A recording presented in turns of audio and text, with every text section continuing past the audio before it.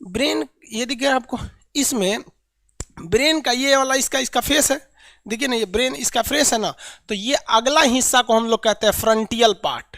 ये अगला हिस्सा जो हो जाता है इसे हम लोग क्या कहेंगे, फ्रंटियल पार्ट कहते हैं। तो क्योंकि ये फ्रंट का हिस्सा है इसलिए हो गया फ्रंटियल ब्रेन।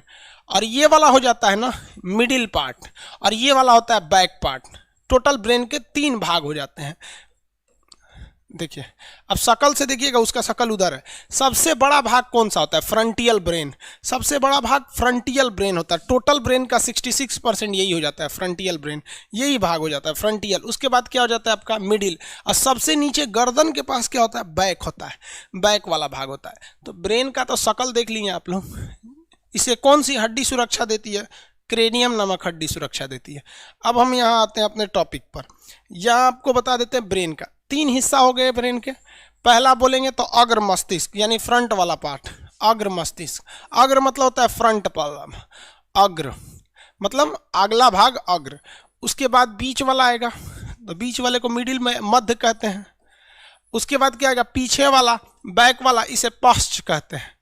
फ्रंट वाला जो पार्ट होता है वो सबसे बड़ा होता है। इसके 3 हिस्से होते हैं, 3 अलग अलग पार्ट्स होते हैं, जिसमें आपसे सबसे ज्यादा क्वेश्चन सेरिब्रम से पूछता है।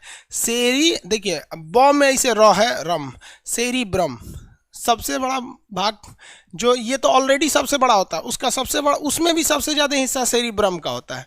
सेरिब्रम हो गया।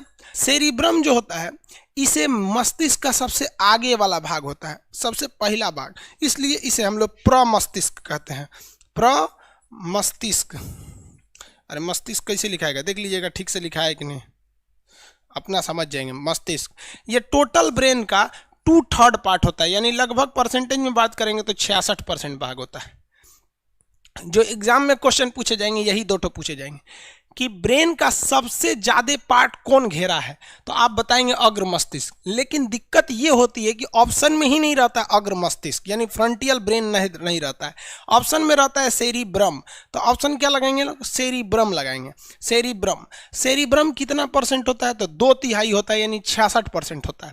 उसे क्या कहते हैं, प्रमस्तिष्क। अब इसका काम क्या होता है, ये हमारे शरीर में मेमोरी सिस्टम को पैदा करता है। मेमोरी यही कंट्रोल करता है। अगर जिसका सेरिब्रम खराब हो गया ना, उसकी मेमोरी अच्छी नहीं रहती है। अब आप किसी को देखते होंगे कि वो भुला जाता है कोनो बतिए, किसी को देखेगा तो कहेगा आप कौन हैं, तो लोग इशारा करें रे तोरा बाबूजी हैं, तो ओहो पापा पापा, भुला जाता है कोनो बतिया। तो जिसका सेरिब्रम कमजोर रहेगा उसकी याददाश्त कमजोर रहेगी। स्टूडेंट लाइफ में सेरिब्रम का मजबूत होना बहुत ज़्यादा जरूरी है। ये सेरिब्रम अगर मजबूत रहेगा तो जो पढ़े हैं वो हमेशा याद रहेगा। आप स्टूडेंट को छोड़िए ना, टीचर्स लोग का सेरिब्रम कमजोर रहता है, नोट्स देख के पढ़ाता है। हिंदुस्तान को बर्बाद करने में आधा योगदान ही टीचर लोग का भी है।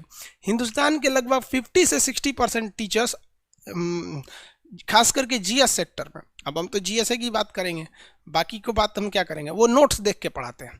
क्यों, क्योंकि बेचारे लोग का सेरिब्रम क्या है, कमजोर है।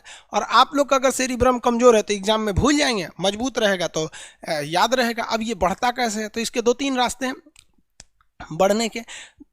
सबसे पहले चीज़ क्या है, आपको हेडेक नहीं लेना है। आप देखेंगे लड़का सब ना 2-4 चीज़ें ही हमेशा सोचते रहता है, लड़की सब भी लड़का सब भी, कि कोनो लड़की के पीछे पटेले रहेगा, उसको सोचेगा ऐसे करेगी वैसे करेगी। चाहे वो सोचेगा बियाह हो जाता तो कितना अच्छा रहता, हमारी ज़िंदगी दूसरी हो जाती, हम दोनों एक हो जाते, फिर 3 हो जाते हैं। रे पगला कहीं का है, ये प्यार मोहब्बत कुछ नहीं होता है रे। इस प्यार मोहब्बत का मेन कारण है ये हाइपोथैलेमस का, आगे समझाएंगे। तो जिन लोगों के अंदर कुछ खास चीज़ें सोचते रहते हैं, फैमिली को सोचेंगे कि इनको क्या होगा, आप देखिएंगे ना 8-10 टॉपिक होगा, आप उसी के बारे में सोचते होंगे। लड़की से भी सोचिए कि हमारा खूब अच्छा लड़का मिलता, ओहो कितना ध्यान रखता, हमारी हाथ में खुदे मेहंदी लगा देता, उठा के चाय ले आके पिलाने देता, बकलोल कहीं कैसा लड़का मिलेगा वहाँ पे। हाँ, तो ये सब चीज़ जितना सोचेंगे सुनो, उनका सेरिब्रम कमज़ोर होगा और उनकी याददाश्त कमज़ोर होती जाएगी। तो इसलिए हमेशा दिमाग को एक फिक्स एरिया में मत जाने दीजिएगा, उसी को दिन रात सोचते रहता है। 8-10 टॉपिक है, आप उसी को सोचते रहते हैं, तो ये सेरिब्रम कमज़ोर हो जाएगा। सेरिब्रम को एकदम दिमाग को फ्री रखिए, कुछ नहीं, हमेशा इसको बिजी रखिए, नए नए चीज़ में बिजी रखिए। ये ना कि अकेले में बैठ के कुछ सोच रहे हैं, कुछ भी नए नए चीज़ में बिजी रखिए। अब इसमें क्या है, कुछ लोग पबजी खेलते हैं या फ्री फायर खेलते हैं, कुछ गेम खेलते रहते हैं, तो उनका दिमाग ये कहीं और लग रहा है, बस सेरिब्रम का दूर एक को कम है, ज़्यादा काम मत करो, इसलिए उनका दिमाग कमज़ोर हो जाता है। तो पूरी मेमोरी पावर किस पे डिपेंड करती है, सेरिब्रम पर। और अगर आपका मेमोरी अच्छा है ना तो आप सवालों को पूछेंगे, क्यों, क्योंकि पिछला चीज़ याद रहेगा तभी ना अगला चीज़ को खोजेंगे। तो मेमोरी, हिंदी में कहते हैं स्मृति, और जिज्ञासा, जिज्ञासा मतलब ईगरनेस होता है, कुछ सीखने की क्षमता, ये किस पे डिपेंड करती है, सेरिब्रम पर डिपेंड करती है। अगर सेरिब्रम अच्छा है तो आपकी मेमोरी अच्छी है, सेरिब्रम गड़बड़ है तो आपकी मेमोरी गड़बड़ हो जाएगी। देखिए दवा वगैरह इसके लिए नहीं आती है, सब ब्रेन के लिए ज़्यादा दवा वगैरह नहीं आती है। आप एक चीज़ खा सकते हैं, आयुर्वेदिक दवा है जिसका नाम है दिमागीन।